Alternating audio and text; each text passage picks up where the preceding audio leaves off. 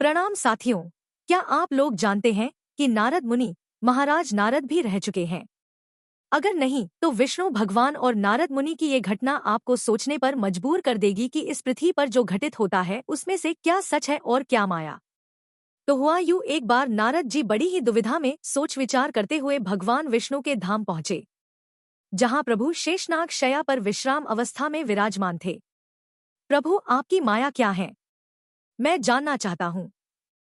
भूलोक पर प्रत्येक मनुष्य आपकी माया से प्रेरित हो दुख अथवा सुख भोगता है, लेकिन वास्तव में आपकी माया क्या है? मुझे बताएं प्रभु। नारद जी ने प्रभु से कहा। श्री विष्णु भगवान बोले, नारद, यदि तुम्हें मेरी माया जाननी ही है तो उसके लिए तुम्हें मेरे साथ पृथ्वीलोक चलना होगा, जहां मैं अपनी माया का प्रत्यक्ष प्रमाण तुम्हें दे सकता हूँ।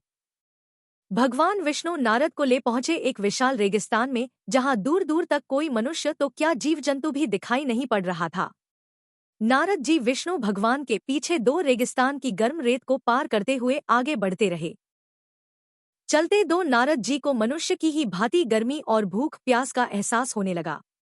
तब नारद जी ने कहा, प्रभु, चलते चलते बहुत देर हो गई, लेकिन आपकी माया क्या है यह आपने अभी तक नहीं समझाया। अभी थोड़ा और चलना है नारद। यह कहते हुए प्रभु आगे बढ़ चले। बहुत अधिक आगे चलने पर भी जब प्रभु की ओर से रुकने का कोई संकेत न मिला, बस फिर तो नारद जी व्याकुल हो उठे। प्रभु, प्रभु, मुझे प्यास लगी है, यदि आपकी आज्ञा हो तो थोड़ा ठहरकर प्यास बुझाई जाए। प्रभु ने कहा, ठीक है, चलो आगे पहले जल की व्यवस्था करते हैं। कुछ दूर चलने पर एक छोटी सी नदी दिखाई पड़ी, जिसको देखकर नारद जी तेजी से अपने कदम बढ़ाते हुए नदी के किनारे पर पहुंच गए। नारद मुनि प्रभु की आज्ञा ले उतर गए नदी में अपनी प्यास बुझाने के लिए। लेकिन प्रभु वहीं नदी के किनारे बैठकर ये सब नजारा देख रहे थे। जैसे ही नारद मुनि ने नदी में उतरकर पानी पीना शुरू किया, तभी उन्हें कुछ दूर एक सुंदर कन्या दिखाई दी, जिसके रूप को देखकर नारद मुनि उस कन्या पर मोहित हो गए और समीप जाकर इस वीरान जगह पर आने का कारण पूछने लगे। कन्या ने बताया कि वह समीप के ही एक नगर की राजकुमारी है और अपने कुछ सैनिकों के साथ रास्ता भटक गई है।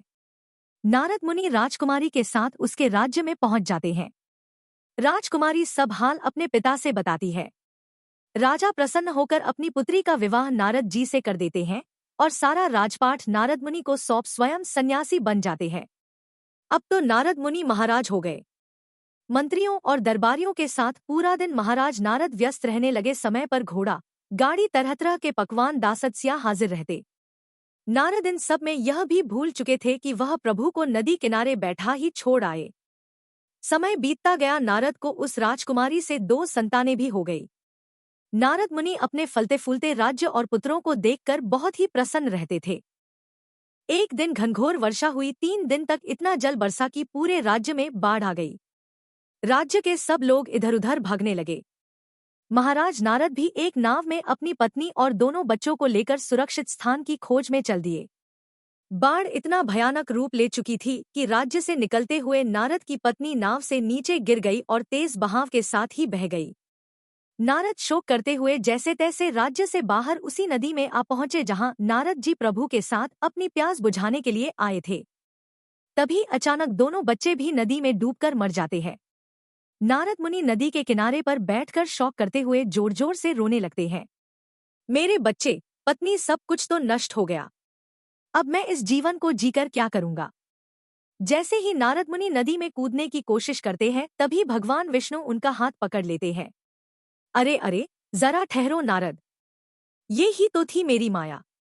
जो अब तक तुम्हारे साथ घटित हुआ वह सब मेरी ही माया थी। अब नारद मुनि भलीभांति समझ जाते हैं कि पत्नी, बच्चे, राज्य, बाढ़, वह सब केवल प्रभु की ही माया थी। नारद मुनि प्रभु से हाथ जोड़कर बोले, मैं जान गया आपकी माया को। इस पृथ्वी पर जो भी होता है वह सब आपकी माया ही तो है। अब कृपा कर अपने धाम चलने की आज्ञा दीजिए प्रभु। इसके बाद वे दोनों अपने धाम चले गए। अगर आपको ये प्रसंग पसंद आया हो तो इसे शेयर जरूर करें, ताकि ऐसे सनातन प्रसंग आगे आने पीढ़ी तक भी जरूर पहुंचे। धन्यवाद।